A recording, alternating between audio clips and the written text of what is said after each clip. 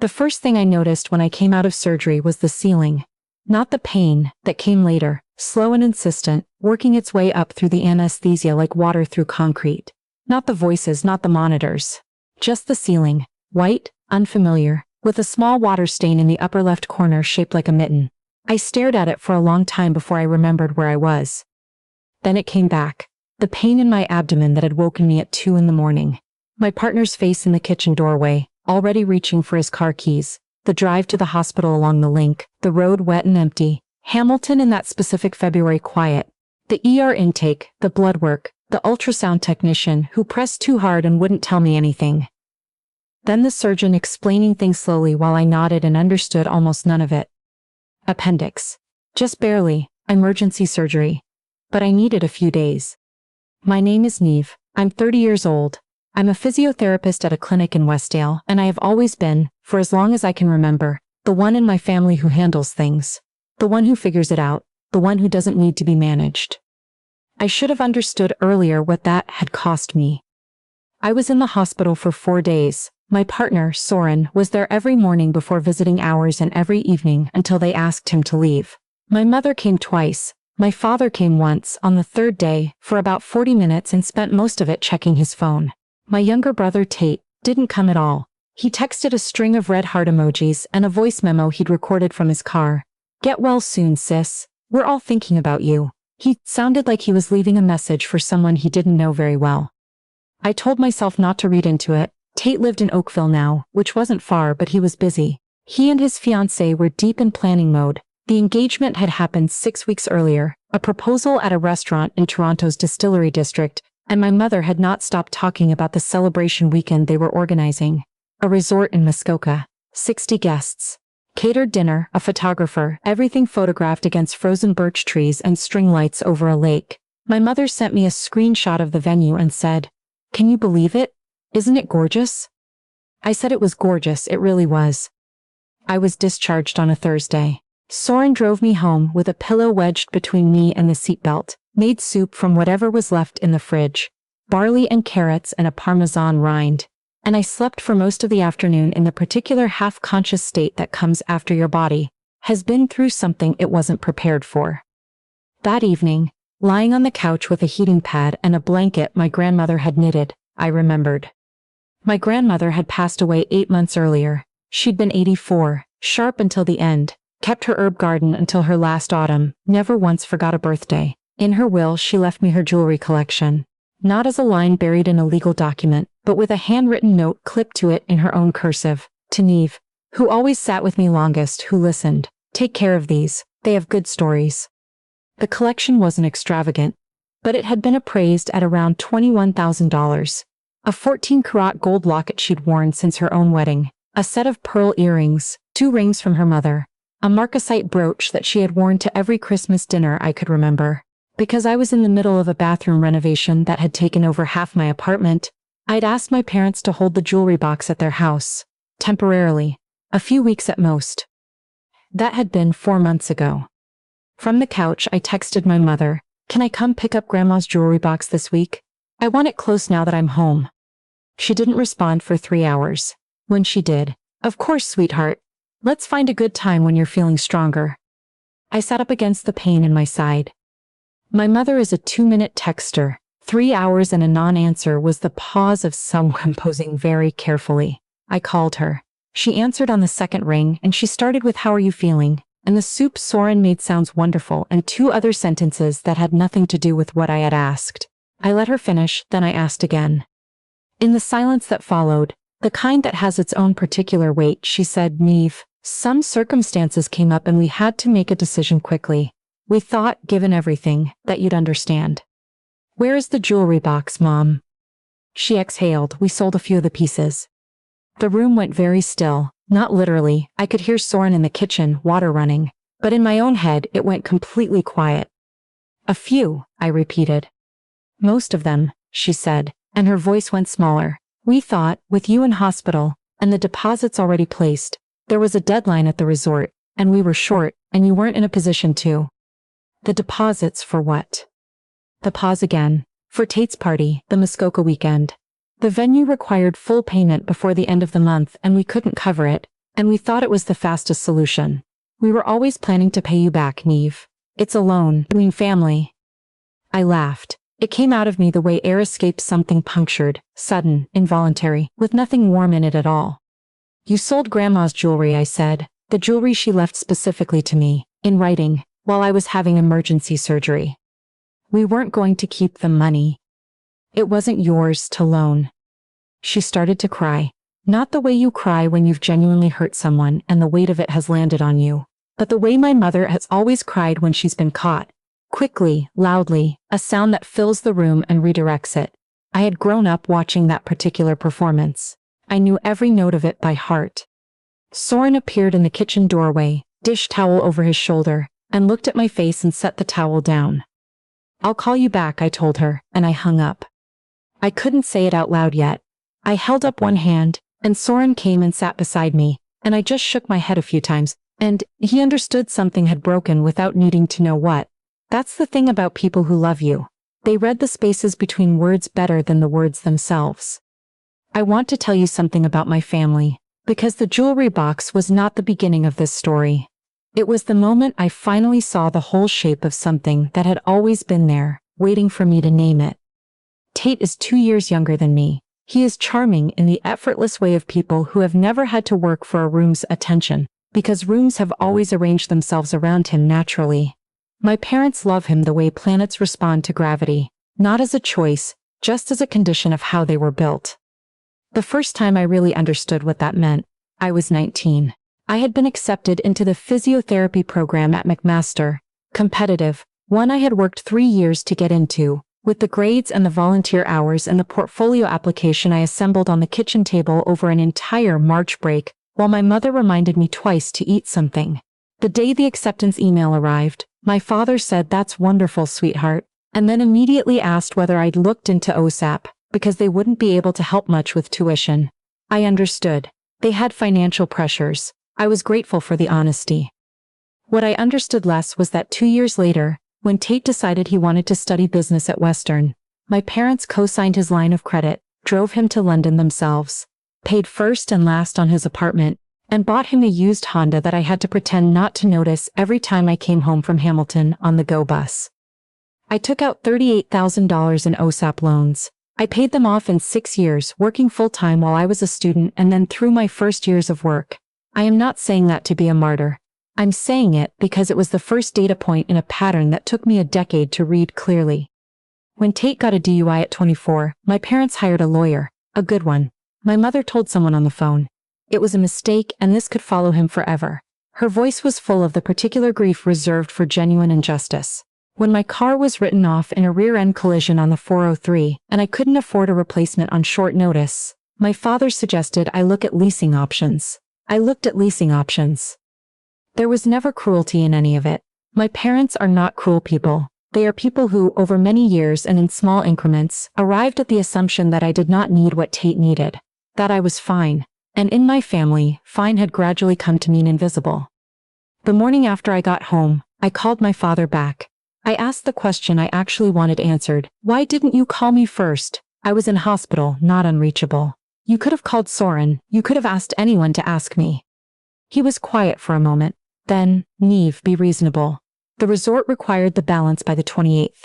We'd already told 60 people it was happening. Your aunt and uncle were flying in from Calgary. If we'd canceled, we'd have lost the deposits, nearly $6,000. And your brother, he's finally in a good place. He's engaged. He's building something real. We wanted to give him that celebration without everything falling apart. Without selling my inheritance, I said. You've always been the capable one. His voice had that tightness of someone who is annoyed but working very hard to sound reasonable.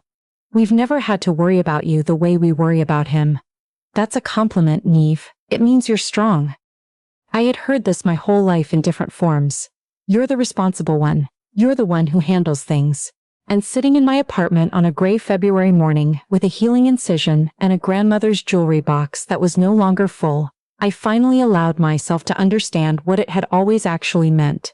I had been rewarded for my competence with neglect. Strong enough to handle it had quietly, over 30 years, become doesn't need to be considered at all. I don't know exactly when Soren found the receipt. He told me later that he had gone to my parents' house the day before I was discharged. They'd asked him to pick up some of my winter things from the spare room, and he found the bill of sale folded inside a cookbook on the kitchen counter. He photographed it on his phone, without saying anything, because he wanted to understand the full picture before he brought it to me. The dealer was in Burlington, not a pawn shop, a reputable estate jewelry buyer with a consultation room and a 30-day hold on purchased inventory before resale. Soren had driven there on a Tuesday, the day I was still in hospital. He described each piece from the photographs I'd shown him when I first brought the box home 4 months earlier. The dealer confirmed she had them. Most of them, the pearl earrings had already been sold, the easiest pieces to move, she said. The ones that didn't require a story.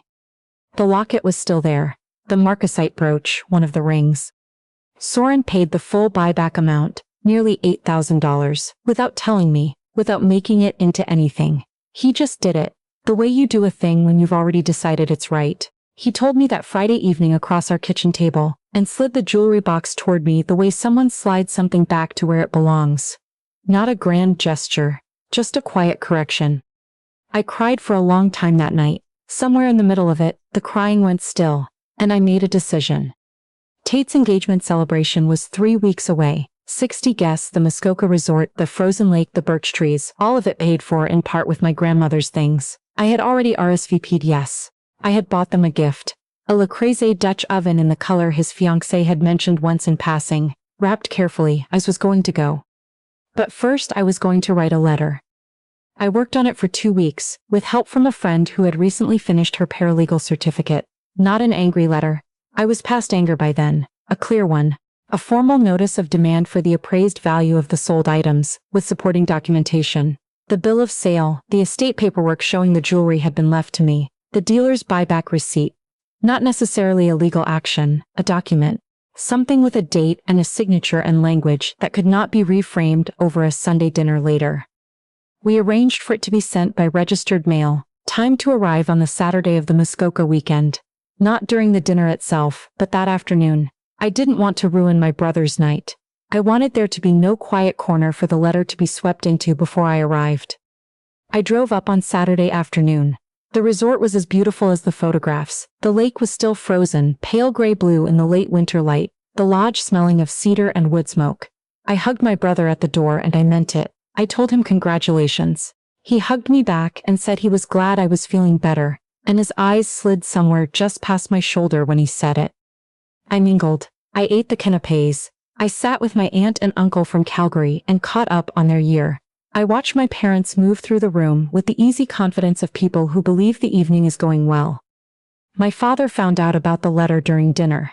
My mother had stepped outside to take a call, and he followed her, and when they came back to the table together, something in their faces had changed. A specific stillness, like two people who have just received information and are calculating how to manage it. My aunt from Calgary noticed. She has always been perceptive, my father's older sister, a woman who has spent decades watching this particular family, and knows when its structure is shifting beneath the surface. She looked between my parents and me and asked, quite simply, what was wrong. Neither of them answered. The weight of that silence, at a table of 12 people, with string lights overhead and the sound of someone's children in the hallway behind us, was the kind of thing that doesn't stay invisible for long. My aunt looked at me. Neve, she said, what happened? I said it quietly, without performance. They sold Grandma's jewelry while I was in hospital, to help cover the cost of this weekend. The table went still. My aunt looked at my father. She used his full name, the one she has used since they were children, and she said, please tell me that's not true. He didn't confirm it, he didn't deny it, he looked at his plate. In the quiet that spread through the table, Tate's fiancé reached across and took my hand. I didn't know, she said, and I believed her completely. Tate was standing in the doorway when we moved to the sitting room. He had heard enough. He looked like someone who had just understood a thing that had been in front of him for years. He came and sat beside me and said, low and without any performance at all, I knew something had been sold. Mum said it was something from storage and I didn't push. I should have pushed. I'm sorry, Neve, that's the truth of it. It wasn't a full accounting, but it was the most honest thing I could remember my brother saying to me in years, and I held on to it. My parents pulled me into a small reading room near the entrance. My mother spoke first, quickly. "We were always going to pay you back. We just needed the weekend to not." "I know," I said. "You needed the weekend to not fall apart, I understand that." "Then, I need you to understand something too." My voice was level in a way that surprised even me. "This was never about the money. I have the demand letter because I deserve accountability, not because I need the funds. What I have needed for a very long time, is for you to actually see me, not as the strong one, not as the one who handles it, as your daughter, as someone who matters even when she's not the one who needs managing." I watched my father's face move through several things at once. He is not, at his core, a bad man. He is a man who made a choice and knew it was wrong and made it anyway, and who has spent 30 years being more comfortable with discomfort on my behalf than with discomfort on my brother's. He sat with that for a long moment. Then he said, "You're right, we should have called you first, full stop, I'm sorry." It was simple and direct, and I believed it, because my father, for all his blind spots, has never been dishonest.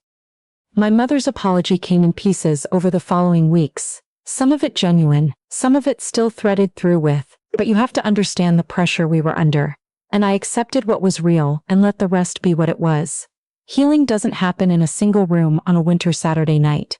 It happens in small, repeated choices. Some of hers were better than others. My father repaid the full appraised value without me asking. He transferred it on a Tuesday with no message attached, which was, I thought, exactly right. Some things don't need a note. The pieces Soren recovered came home with me from Muskoka: the locket, the marcasite brooch, one of the rings.